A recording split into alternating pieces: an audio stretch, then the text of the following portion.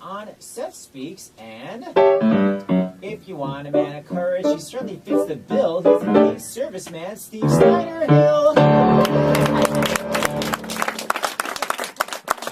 People always sing your introduction. What's that? No, I've never had that done before. Okay, so Steve Snyder-Hill. So first of all, say the name of your book for everybody. It is Soldier Change from the Closet to the Forefront of the Gay Rights Movement. And it's on everywhere. You get Amazon. It's looked it up. Very easy to get. Okay, so the dealio is you went into the Army, I assume willingly, right? You're not like 1,000 years old. Okay. I kind of am, but I just keep my age. Well, you still got it. Okay, so you went into the Army. How old were you when you went into the Army? Well, it was 1988 when I went in, so I was just over 18 years old. And why did you go into the Army? I went into the Army. Well, my dad had served, and my brother was a police officer, so I think that we just come from a line of military. And I wanted to go to college, too, so I knew that was a way to pay for it. Oh, because they'll pay when you get out. Mm-hmm. Okay, so you went in, and did you know you were gay when you were 18?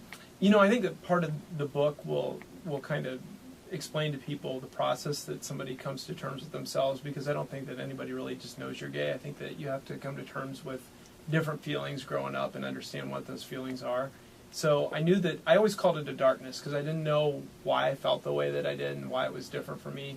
But it was just terrifying as a kid growing up, not understanding what it was. But living in a straight world, Upper Sandusky, Ohio. So a really, really small, I mean, very, very small. I went to Oberlin, and I feel like Sandusky was nearby. Am I crazy? No, see, this is what's bad. Like, even people from Ohio think it's Sandusky, but it's Upper Sandusky, which is actually just a blip.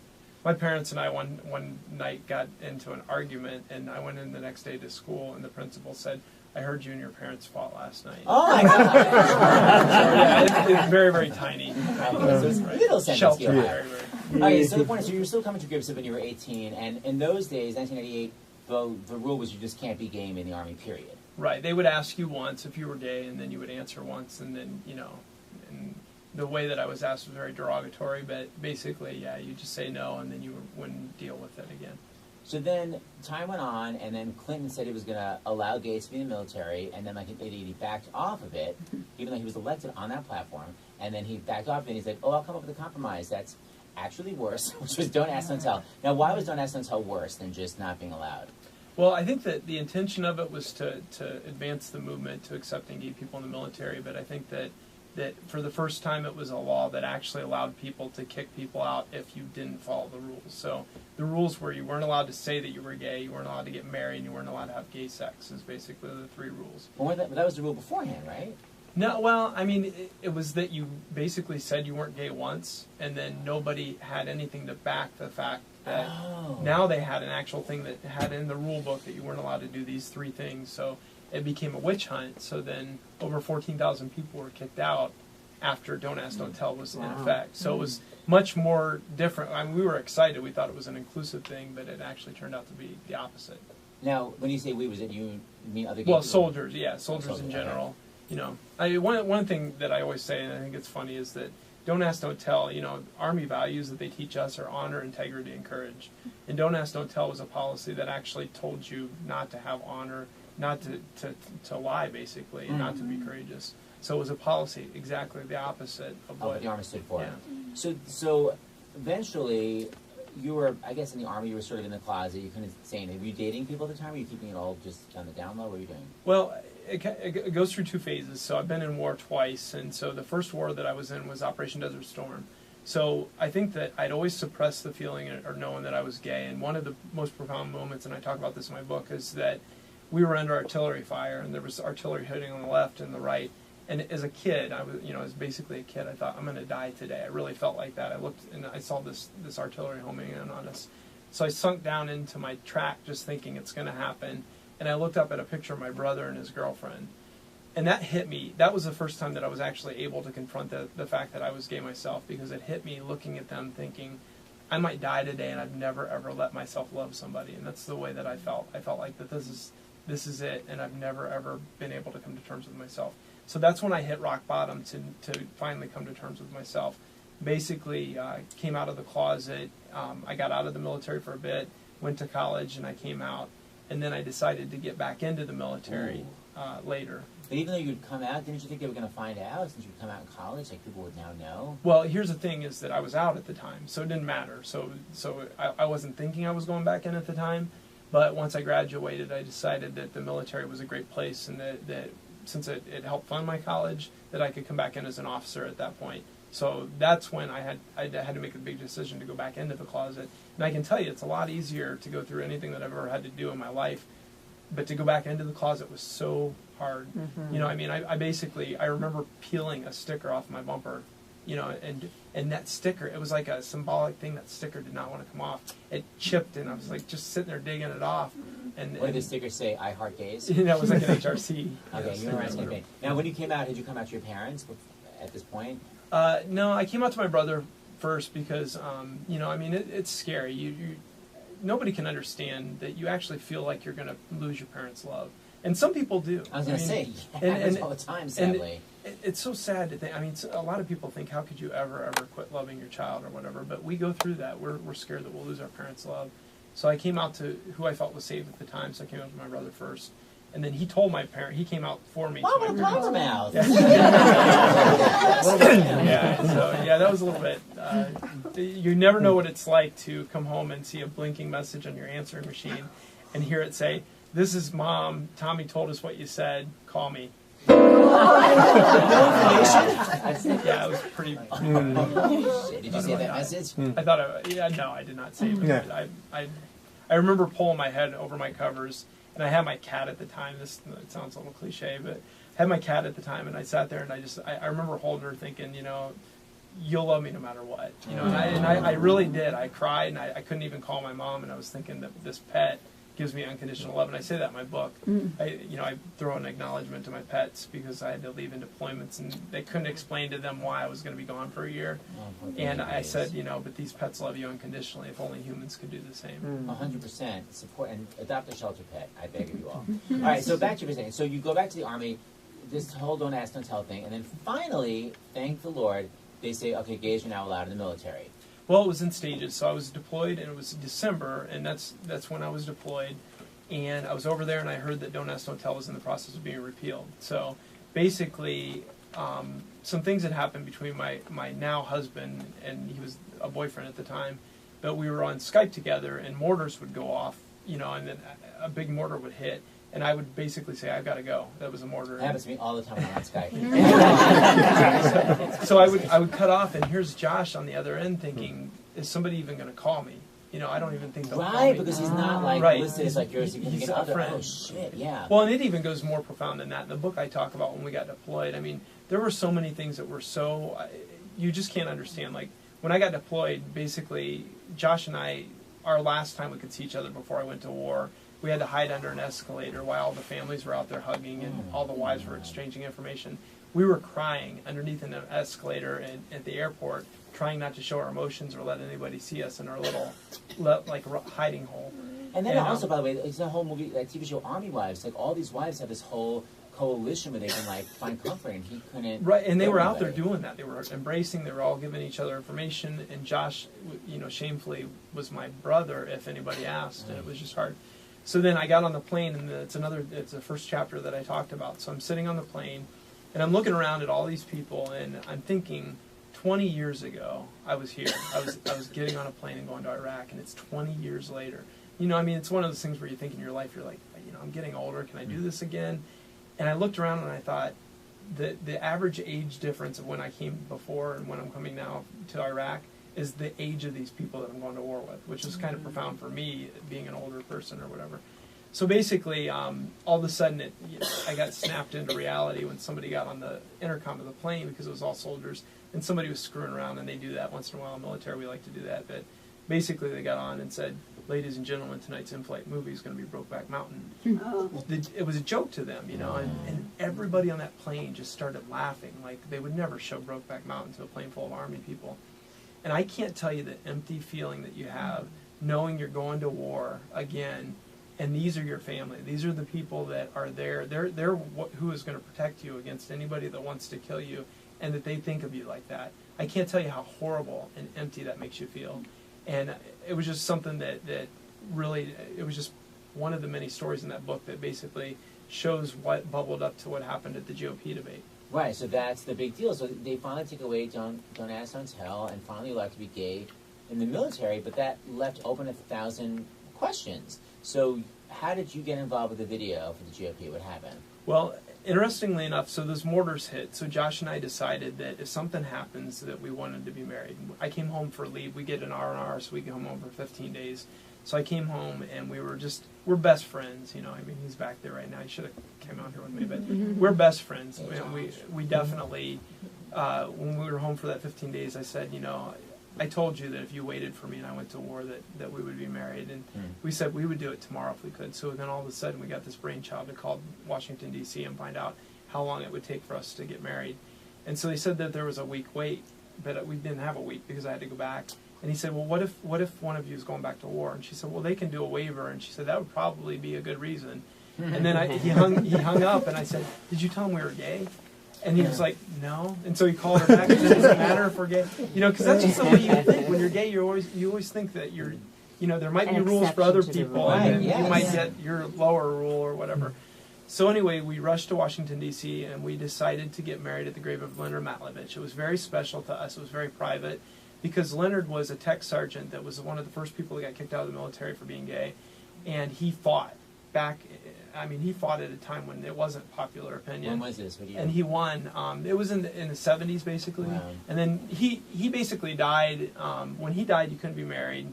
You couldn't legally be married. You couldn't legally serve your country out. You know, so we decided that we were going to get married at his gravesite. I know it sounds creepy that you get married in a graveyard. No, I think it's great. That's not but we did. It was private. It was us and one friend, and we got married. And I put this ring on, and I said I'm not going to take this ring off for anybody. So I went back to Iraq wearing this ring, so proud of it.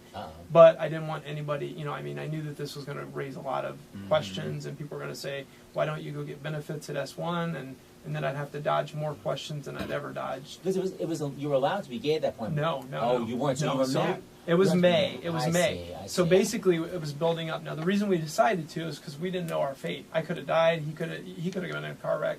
You know, I mean, there was a soldier that lost one of his family members, and they got to go home on an emergency R&R. And I couldn't help but think that if something happened to Josh while I was deployed, and they called and said that he died, the Army would say, no, you can't go home. He's a friend. Yeah.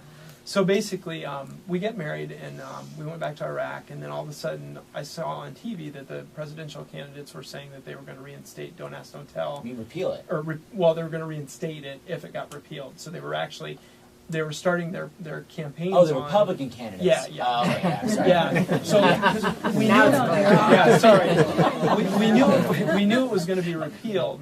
And here's one of the profound things, and I like to talk about this. I think that the book actually makes you see eyes through a totally different perspective than you would normally.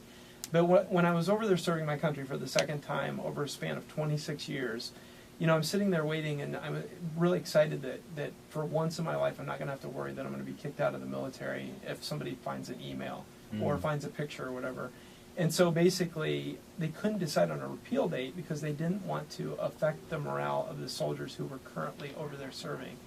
That just shows you that gay people are always second thought. It's like, what about you that's serving? It's like nobody had to sit there and listen to a joke like that on the plane, or had to hide these pictures. You know, in my own house, I had a drill, and Josh knows the drill, is that if somebody called me and said they were coming over and they were from the military, one of my friends, we would run around and hide pictures. We would seriously run around and hide pictures. Terrifying. And you know, I mean, we'd be holding hands, and I'd see somebody and we'd rip hands down. And there's so many stories like that. And it's just like, you know, that was our life. That was how we lived. And probably this whole book, it's so great because this book is making it so clear to people that I think are like, what's the big deal? Like, it's so great how personal and clear you're making it, like the crazy. Talk about this dark space, this dark cloud you're under for like your whole life, basically, and the stress. It's like being a spy for no reason. Well, you know, I mean, even when people saw me ask that question that night, I think that people initially thought that it was to make a statement. People thought I've had people accuse me for not even being in the military. They said, "Oh, he's not even a soldier. The Democrats planted him." I've heard so many things, and you know, I mean, that night that was one of the hardest things in my life that I've ever had to do. Well, talk about what it actually was, in case people don't know what it is. Okay, so basically we're getting close to where they're saying they're going to reinstate the repeal of Don't Ask, Don't Tell before it even got repealed. Mm-hmm. So then I said, somebody reviewed my book and they said, this book makes you just shake your hands in anger and say, damn it, somebody's got to do something. Mm-hmm. And that's exactly what I was like, that all these people were saying that they were going to come out, and these people are going to, it's like dangling cheese in front of you, and then you take it, and then all of a sudden they reinstate it, then what? Mm. So basically I recorded a question, and the question was, I said, in 2010 when I was deployed to Iraq, I had to lie about who I was because I didn't want to lose my job because I'm a gay soldier. I said that under one of your presidencies, do you intend to circumvent the progress that's been made for gay and lesbian soldiers in the military? So I recorded it, sent it, and it blew up on Google and on Fox, and people were just people were passionate, people were hateful, and just completely writing all this stuff.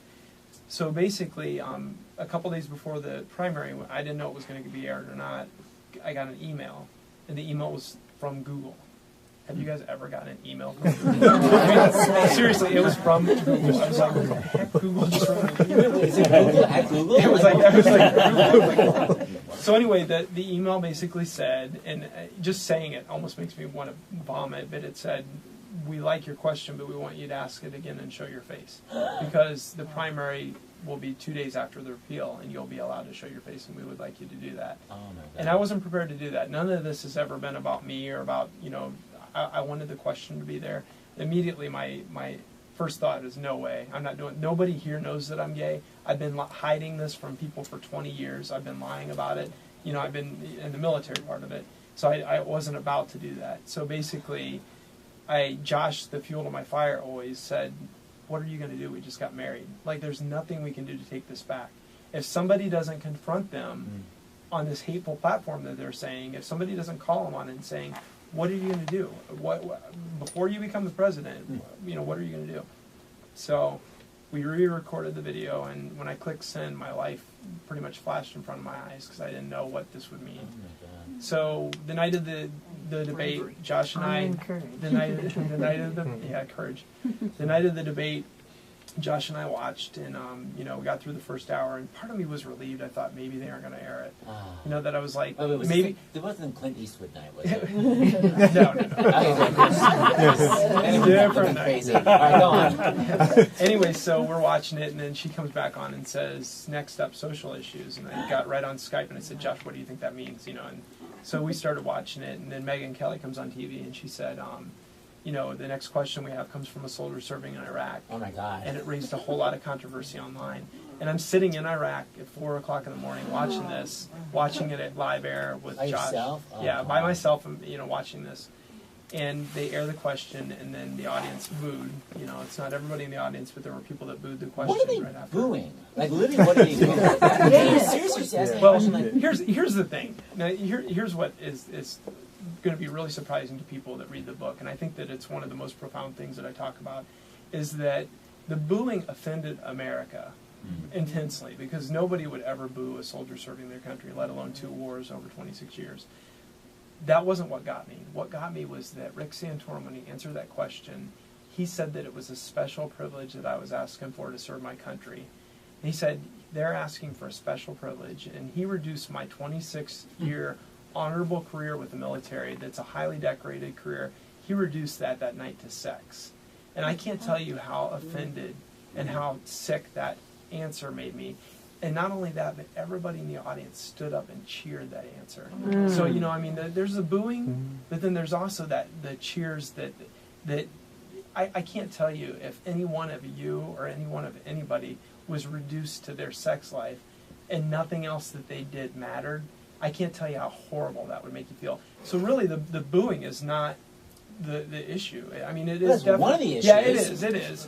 But I mean, so it's this whole Republican audience is literally standing up to him, saying that 20-year soldier, you did it as they did you a favor by letting you serve for 20 years. Yeah, he said it was a special privilege. Uh-huh. I don't know if Rick has ever had to run around his house and hide pictures in his own house. Did he ever serve in the military? No. Yeah, thank you. Okay, so keep going. So after this happened, I'm sure By the way, what did you think the hell was going to happen the next day to you? Honestly, it was one of those things where the courage took over and it wasn't really giving me reasonable thought at the time. So after it happened, I looked at the clock and I said, Josh, maybe nobody saw it. Well, I knew everybody in Iraq was still, it was pretty early there. So I thought maybe nobody saw it. And then so Josh started writing me. He's like, oh my God. He's like, get on Google right now. And he's like, Google soldier the boot, and it's pops up like 5-6 hits, and I'm like, I think people did see it. And then he's like, about 30 minutes later, you could Google the word gay, and I was the first hit. Oh wow! I was not out to anybody. I can't tell you how I was just not prepared for that. And then even that day, like, I didn't know how I was going to be able to face anybody because I lied to these people for all these years. And so I went over to the chow hall that has like 30 monitors all over the place. And I went into this chow hall with thousands of people, sat down, and I was just kept my head down thinking maybe nobody saw this, maybe nobody saw it. And all of a sudden I heard myself echoing on all those TVs as the news started re-showing it. And it just kept happening. I mean, that happened probably 6 times while I was over there, where I was just standing there, and all of a sudden see yourself on everything, and all these people are just like looking around and just like, kind of like everybody's staring at you. Were you like, it's my twin? Like, what was your honestly, I don't even know how to describe it. I mean, it was definitely, it was hard. It's hard to come out to people. It's hard to be able to say, I'm gay. But to be able to do it in such a profound way to everybody at once, in a lot of ways, it's easy to just get it done. Like 6 billion people, you don't have to worry about it now. But I mean, it was very awkward because these people, I lied to them for years. I was unloading bags after it was still kind of an awkward phase where nobody really wanted to say anything or talk about it. We all have green Army duffel bags, and I'm up there helping people unload them. And I picked up a duffel bag, and it had a rainbow sticker around it. And I stopped, and I was like, just for the record, guys, this is not my bag. And everybody just busted out laughing, loosen the moment a little bit. And then, oh, wait, whose was it? Pauline? I don't know. Anyway, another soul. So anyway, but one of the neat stories about it is that, so one of my really good friends in Iraq, or she's been a good friend for a really long time, is that I could not face her because I thought, I've lied to this woman so many years. She's asked me about my relationships. She's asked me about my family, and I've lied to her. And I was like, this is going to be really bad to tell, confront her. She's like Captain Hill, and she came up and she hugged me, and she said, I love you no matter what. And I was like, oh, that's so cool. And so the next week we were at church together, and she said, Steve, if you could, I got to tell you something. And she said, I need to be honest with you. I've been lying to you about something too. And I said, what? And she said, the same thing. And I was like, what do you mean?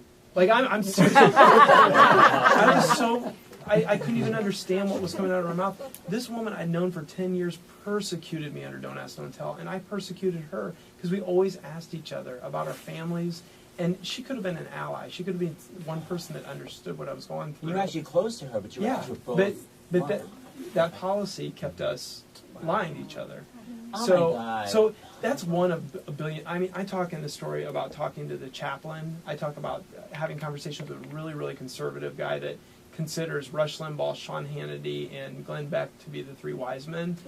So we talk about these conversations, and he had to confront me after this, and we had these engaging conversations that were just so real. And so many cool things, like the Army PAO that talked to me about how to engage the media basically told me he was supposed to meet with me for half an hour.